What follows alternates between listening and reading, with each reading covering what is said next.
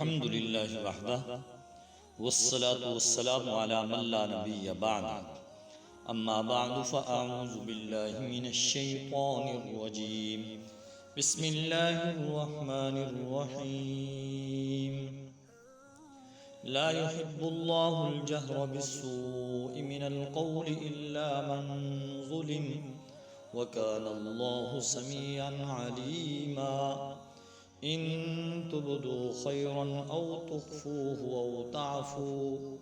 أو تعفوا عن سوء فإن الله كان عفوا قديرا صدق اللہ العظیم۔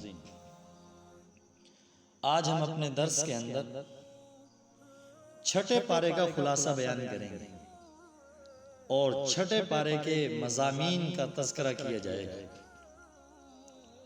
پانچویں پارے کے آخر میں منافقوں کی مذمت اور انہیں سخت ترین عذاب کی وعید سنائی گئی تھی، اس لیے چھٹے پارے کے شروع میں یہ بتایا گیا کہ اللہ جل شانہ بری باتوں کے اظہار کو پسند نہیں کرتے، لیکن نقصان کا خطرہ ہو یا جو ظالم ہو اس کی مذمت کی جا سکتی ہے، لہذا اس پہ کوئی تعجب نہیں ہونا چاہیے کہ اللہ تعالیٰ نے منافقوں کی پردہ دری کیوں کی۔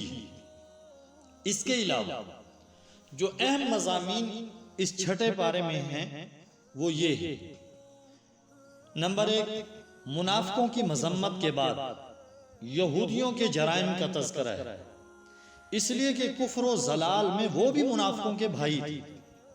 ان کے جرائم میں سے ایک جرم یہ بھی ہے کہ انہوں نے حضرت مسیح علیہ السلام کو قتل کرنے کا ارادہ کیا، لیکن اللہ تعالیٰ نے ان کی حفاظت فرمائی اور انہیں باعزت طریقے سے آسمانوں پر اٹھا لیا۔ دوسری بات، یہودیوں کے بعد اہل کتاب کے دوسرے گروہ یعنی نصارہ کا ذکر ہے، جن کا ایک انتہائی غلط عقیدہ یہ تھا کہ خدا ایک نہیں بلکہ 3 اقنوم سے مرکب ہے، یعنی باپ، بیٹا اور روح القدس۔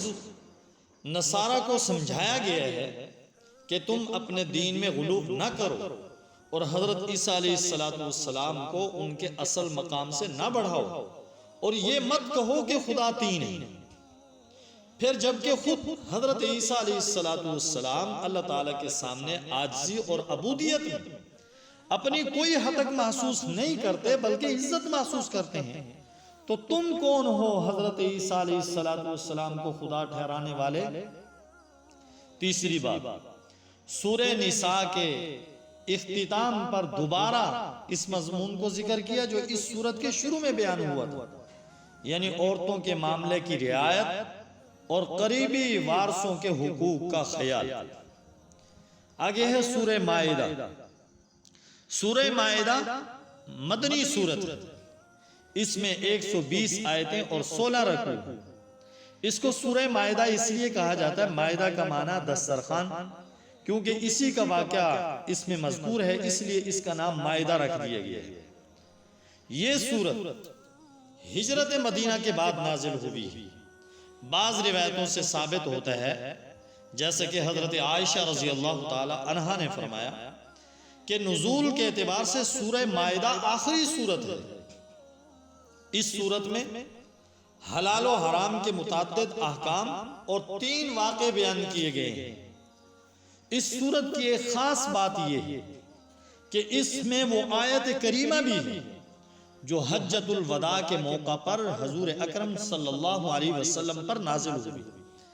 اس آیت میں تکمیل دین کا اعلان کیا گیا ہے۔ یہ وہ آیت ہے جس کے بارے میں ایک یہودی نے حضرت عمر رضی اللہ تعالیٰ عنہ سے کہا تھا، اے امیر المومنین، اگر یہ آیت ہمارے اوپر نازل ہوتی تو ہم اس دن کو یوم عید کا دن قرار دے دیتے۔ آپ نے جواب میں فرمایا، میں اس دن کو بھی جانتا ہوں اور اس گھڑی کو بھی جانتا ہوں جب رسول اللہ صلی اللہ علیہ وسلم پر یہ آیت نازل ہوئی۔ وہ عرفہ کی شام اور جمعہ کا دن تھا، گویا اس دن ہماری 2 عیدیں تھیں۔ اس سورت کا جو حصہ چھٹے پارے میں آیا ہے اس میں جو اہم مضامین بیان ہوئے ہیں وہ یہ ہیں: نمبر 1، عہد اور عقد۔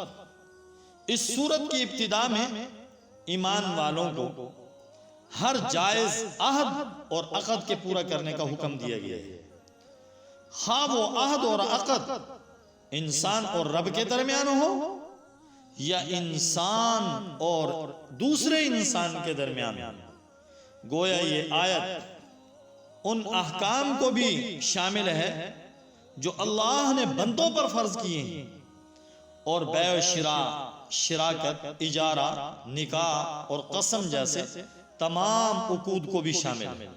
اس سے یہ بھی ظاہر ہوتا ہے کہ اسلام نے عقود اور عہدوں کو کتنی اہمیت دی۔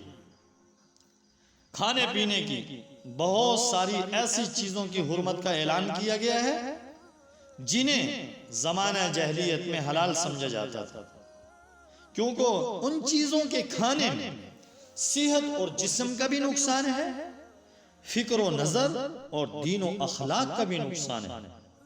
وہ حرام چیزیں نمبر 1 مردار ہے، نمبر 2 بہنے والا خون ہے، نمبر 3 خنزیر کا گوشت ہے، نمبر 4 وہ جانور جسے غیر اللہ کے نام پہ ذبح کیا جائے، حال بتا مجبوری کی صورت میں جبکہ جان کو خطرہ ہو اس وقت ان کا کھانا جائز ہے۔ ان نجس چیزوں کے علاوہ باقی طیبات اور پاکیزہ چیزوں کو حلال قرار دیا گیا ہے۔ حلال اور حرام کے بیان کرنے کے بعد اللہ تعالیٰ نے مسلمانوں پر اپنے اس فضل و انعام اور احسان کا ذکر کیا ہے کہ اللہ تعالیٰ نے انہیں وضو اور غسل کے ذریعے ظاہر و باطن کے اعتبار سے پاک کیے تاکہ وہ روحانی طور پر اللہ تعالیٰ کے ساتھ مناجات کے لیے تیار ہو سکیں۔ بندوں پر اللہ کے فضل و احسان میں سے ایک یہ بھی ہے کہ پانی کے استعمال کی قدرت نہ ہونے کی صورت میں تیمم کی اجازت دی گئی، کیونکہ اسلامی شریعت آسان شریعت، اس میں قدم قدم پر بندوں کی مجبوریوں کا لحاظ رکھا گیا ہے۔ چنانچہ اس پارے کے 6 رکوع کے اندر فرمایا گیا ہے اللہ تم پہ تنگی نہیں کرنا چاہتے بلکہ وہ چاہتے ہیں کہ تمہیں پاک کر دیں اور تمہارے اوپر احسان پورا کر دیں تاکہ تم شکر کرنے والے بن جاؤ۔ اس 6 پارے کے 7ویں رکوع میں یہودیوں کی بزدلی، ان کے فتنہ فساد، سرکشی اور ان کے تکبر کا بیان ہے۔ ان اوصاف کے بیان کرنے کا مقصد یہ ہے کہ مسلمان اپنے آپ کو ان خرابیوں میں مبتلا ہونے سے بچا کر رکھے۔ یہودیوں کے ساتھ ساتھ نصارہ کے احوال بھی بتلائے گئے ہیں، ان سے بھی اللہ کے حکموں پر قائم رہنے کا وعدہ لیا گیا تھا، لیکن انہوں نے اللہ کے عہد کو توڑ دیا، جس کی وجہ سے اللہ تعالیٰ نے ان کے دلوں میں بغض و عداوت ڈالا۔ باوجود کہ یہ دونوں گروہ بہت ساری اعتقادی، عملی اور اخلاقی خرابیوں میں مبتلا تھا، پھر بھی یہ دعویٰ کرتے تھے کہ ہم اللہ کے بیٹے اور اس کے محبوب ہیں۔ اس دعوے کی تردید کرتے ہوئے فرمایا گیا اگر تم واقعی اللہ کے محبوب ہو تو وہ تمہیں تمہارے گناہوں کی سزا کیوں دیتے ہیں؟ اس مذمت اور تردید کے بعد انہیں دین حق اور خاتم الانبیاء علیہ السلام پر ایمان لانے کی دعوت دی گئی ہے۔ 6 پارے کے 8ویں رکوع میں یہ بتلایا گیا ہے کہ حضرت موسیٰ علیہ السلام نے پہلے یہودیوں کو اللہ کے احسانات یاد کرنے کا حکم دیا، پھر انہیں ارض مقدس یعنی فلسطین میں داخل ہونے کی ترغیب دی، لیکن ان بدبختوں نے اس ترغیب کے جواب میں حضرت موسیٰ علیہ السلام کا مذاق اڑانا شروع کر دیا اور کہا اے موسیٰ ہم تو اس ملک میں ہرگز داخل نہیں ہوں گے جب تک کہ وہاں سے عمالقہ نکل نہیں جاتا، لہذا تم اور تمہارا رب جا کر لڑو، ہم تو یہاں بیٹھے ہوئے ہیں۔ بنی اسرائیل کی سرکشی اور نافرمانی کے تذکرہ کرنے کے بعد 9ویں رکوع میں آدم علیہ السلام کے 2 بیٹوں حابیل اور قابیل کا واقعہ ذکر کیا گیا، جس کے مطابق قابیل نے حسد کی بنا پر اپنے بھائی کو قتل کر دیا تھا۔ یہی حسد یہودیوں کے اندر بھی پایا جاتا ہے، جس کی وجہ سے انہوں نے خاتم الانبیاء علیہ السلام کی رسالت کا انکار کیا۔ اس قصہ کی مناسبت سے ڈاکوؤں، باغیوں اور زمین میں فساد پھیلانے والوں کی سزا ذکر کی گئی ہے، یعنی کسی کو سولی دی جائے، کسی کو قتل کیا جائے اور کسی کے ہاتھ پاؤں الٹی جانب سے کاٹ دیے جائے۔ پھر 10ویں رکوع میں چوری کرنے والے مرد اور چوری کرنے والی عورت کا ہاتھ کاٹنے کا حکم دیا گیا ہے، کیونکہ یہ ملک کے امن و تحفظ کے لیے خطرہ بنتے ہیں، لہٰذا ان کو ایسی سزا دینا ضروری ہے جس سے دوسرے لوگ عبرت حاصل کریں۔ یہاں ایک حقیقت پیش نظر رکھیں کہ اسلام انسان کی جان، عزت اور مال کی حفاظت کو بڑی اہمیت دیتا ہے، اور ان کے لیے خطرہ بننے والوں کے لیے ایسی عبرتناک سزائیں تجویز کرتا ہے کہ ان کا تصور ہی انسان کو جرم کے ارتکاب سے روک دے، اور ایسے لوگوں کو سر اٹھانے کا موقع نہ ملے جو اجتماعی امن کے لیے خطرہ ثابت ہو۔ چند ہاتھ کٹنے سے لاکھوں انسانوں کو اگر امن اور سکون میسر آ جاتا ہے تو یہ گھاٹے کا سودا نہیں۔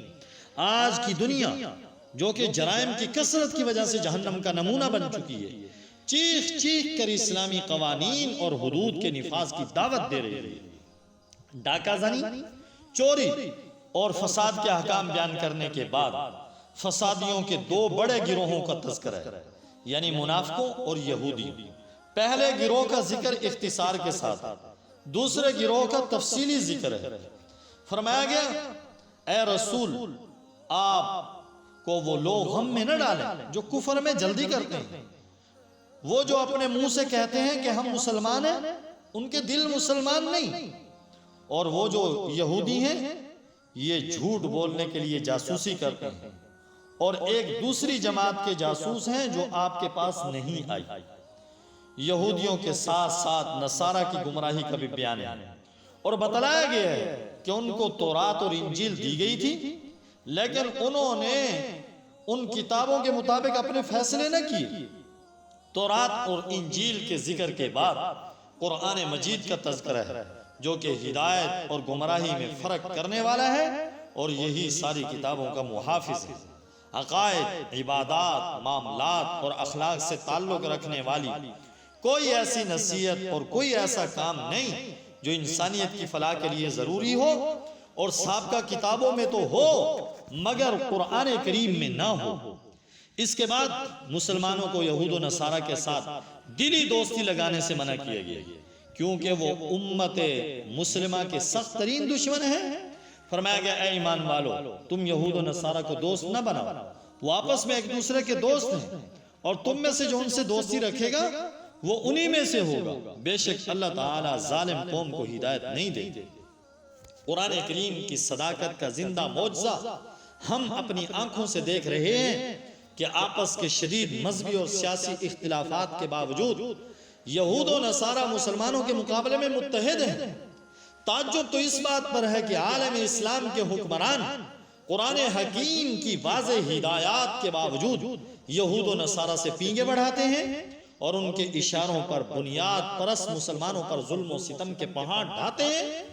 کافروں کے ساتھ جب دلی دوستی لگائی جائے گی تو ارتداد کا بھی خطرہ رہے گا، اس لیے اگلی آیتوں میں مسلمانوں کو مرتد ہونے سے بچنے کی تلقین کی گئی، کیونکہ ارتداد سے سارے اعمال باطل اور ضائع ہو جاتے ہیں اور انسان پر ہمیشہ کے لیے دوزخ واجب ہو جاتی ہے۔ ساتھ ہی یہ بھی وضاحت کر دی گئی ہے کہ اللہ کا دین تمہارا محتاج نہیں، اگر تم مرتد ہو جاؤ گے تو اللہ تعالیٰ تم سے بہتر لوگوں کو دین کی خدمت کے لیے کھڑا کر دے گا۔ فرمایا گیا، اے ایمان والو، اگر تم میں سے کوئی ایک اپنے دین سے پھر جائے تو اللہ ایسے لوگوں کو پیدا کر دے گا جن کو وہ دوست رکھے اور جسے وہ دوست رکھے، اور جو مومنوں کے حق میں نرمی کریں اور کافروں سے سختی سے پیش ہیں، اللہ کی راہ میں جہاد کریں اور کسی ملامت کرنے والے کی ملامت سے نہ ڈریں۔ یہ اللہ کا فضل ہے، وہ جسے چاہتا ہے دیتا ہے، اور اللہ کشائش والا اور جاننے والا ہے۔ یہود و نصارہ کی دوستی سے منع کرنے کے ساتھ ساتھ سچے اہل ایمان سے دوستی لگانے کا حکم دیا گیا۔ کافروں کی دوستی کی قباحت واضح کرنے کے لیے مسلمانوں کو سمجھایا گیا ہے کہ وہ اسلام کے شعائر کا مذاق اڑاتے ہیں، اس لیے ان کے ساتھ دوستی کسی طور پر بھی جائز نہیں۔ یہود و نصارہ کی گمراہیوں میں سے یہ بھی ہے کہ انہوں نے اسلام اور قرآن کو جھٹلایا، اور نصارہ نے حضرت عیسیٰ علیہ السلام کو خدا ٹھہرایا، جیسے کہ چھٹے پارے کے 14ویں رکوع میں فرمایا، بے شک وہ لوگ کافر ہوئے جنہوں نے کہا اللہ وہی مسیح ابن مریم ہے، اور ان میں سے بعض نے کہا وہ 3 میں سے تیسرا تھا۔ قرآن نے ان کے غلط نظریے کی تردید کرتے ہوئے فرمایا، مسیح ابن مریم اور ان کی والدہ دونوں کھانا کھاتے ہیں. ظاہر ہے جو کھائے گا وہ فضلہ نکالنے کا بھی محتاج ہوگا، اور جو محتاج ہے وہ خدا نہیں ہو سکتا. یہود و نصارہ دونوں کو دین میں ناحق غلو کرنے اور خواہشات کی اتباع کرنے سے منع کیا گیا ہے، کیونکہ یہ غلو اکثر گمراہی کا سبب بنتا ہے. چھٹے پارے کے آخری رکوع میں یہودیوں پر اللہ کی لعنت کا سبب بتلایا ہے. وہ یہ کہ وہ اللہ کی نافرمانی کرتے تھے اور حد سے تجاوز کر جاتے تھے اور ایک دوسرے کو برے کاموں سے منع نہیں کرتے تھے. یہ سبب ذکر کر کے اصل میں امت مسلمہ کو سمجھایا گیا ہے کہ وہ امر بالمعروف اور نہی عن المنکر کرتے رہیں، ورنہ ان پر بھی ویسی ہی اللہ کی لعنت ہو سکتی ہے جیسا کہ بنی اسرائیل پر لعنت ہوئی. اور یہ بات خود نبی کریم صلی اللہ علیہ وسلم نے ایک روایت میں ارشاد فرمائی ہے. ترمذی شریف میں ہے کہ آپ صلی اللہ علیہ وسلم نے فرمایا جب بنی اسرائیل گناہوں میں مبتلا ہوئے تو ان کے علماء نے انہیں منع کیا، مگر وہ باز نہ آئے تو ان کے علماء ان کی مجلسوں میں بیٹھتے رہے اور ان کے ساتھ کھاتے پیتے بھی رہے. چنانچہ اللہ نے ان سب کے دلوں کو ایک جیسا کر دیا. اور داؤد علیہ السلام عیسیٰ ابن مریم علیہ السلام کی زبان سے ان پر لعنت فرمائی. یہ اس لیے کہ وہ نافرمانی کرتے تھے اور حد سے تجاوز کر جاتے تھے.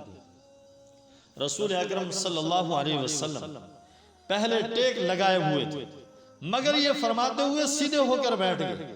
آقا علیہ السلام نے فرمایا اس ذات کی قسم جس کے قبضے میں میری جان ہے، نہ تمہارا ایمان کامل ہو سکتا ہے اور نہ ہی تم اللہ کے عذاب سے نجات پا سکتے ہو جب تک کہ تم لوگوں کو حق کی دعوت نہ دو اور حق قبول کرنے پر آمادہ نہ کرو اور انہیں ظلم اور گناہوں سے منع نہ کرو. آخری آیت میں بتایا گیا کہ مسلمانوں کے سب سے سخت دشمن یہودی اور مشرک، اور قرآن کے اس دعوے پر یہود کی پوری تاریخ گواہ ہے. البتہ جو واقعی اور حقیقی نصارہ ہیں وہ مسلمانوں کے لیے اپنے دلوں میں نرم گوشہ رکھتے ہیں. آج ہمیں جن نصارہ کا سامنا کرنا پڑ رہا ہے وہ حقیقت میں وہ نصارہ نہیں ہیں جو حضرت عیسیٰ علیہ السلام کی تعلیمات پر عمل کرنے والے ہیں. ان کی اکثریت تو فکر و عمل کے اعتبار سے یہودیوں کے رنگ میں رنگی ہوئی ہے. بے شمار ایسے ہیں جو ملحد اور بے دین ہیں، صرف نام کے عیسائی ہیں. باقی جو بچتے ہیں وہ مسخ شدہ عیسائیت پر عمل پیرا ہیں. نصرانیت کہیں بھی نہیں ہے. یہ چھٹے پارے کا خلاصہ تھا اور چھٹے پارے کے مضامین تھے جو آپ حضرات کے سامنے بیان کر دیے گئے. دعا ہے اللہ رب العزت سے کہ اللہ ہم سب کو قرآن کریم کو سمجھ کر عمل کی توفیق نصیب فرمائے اور اچھی اچھی صفات اپنانے کی توفیق نصیب فرمائے. بری صفات سے اللہ رب العزت ہم سب کو محفوظ فرمائے. وآخر دعوانا ان الحمدللہ رب العالمین.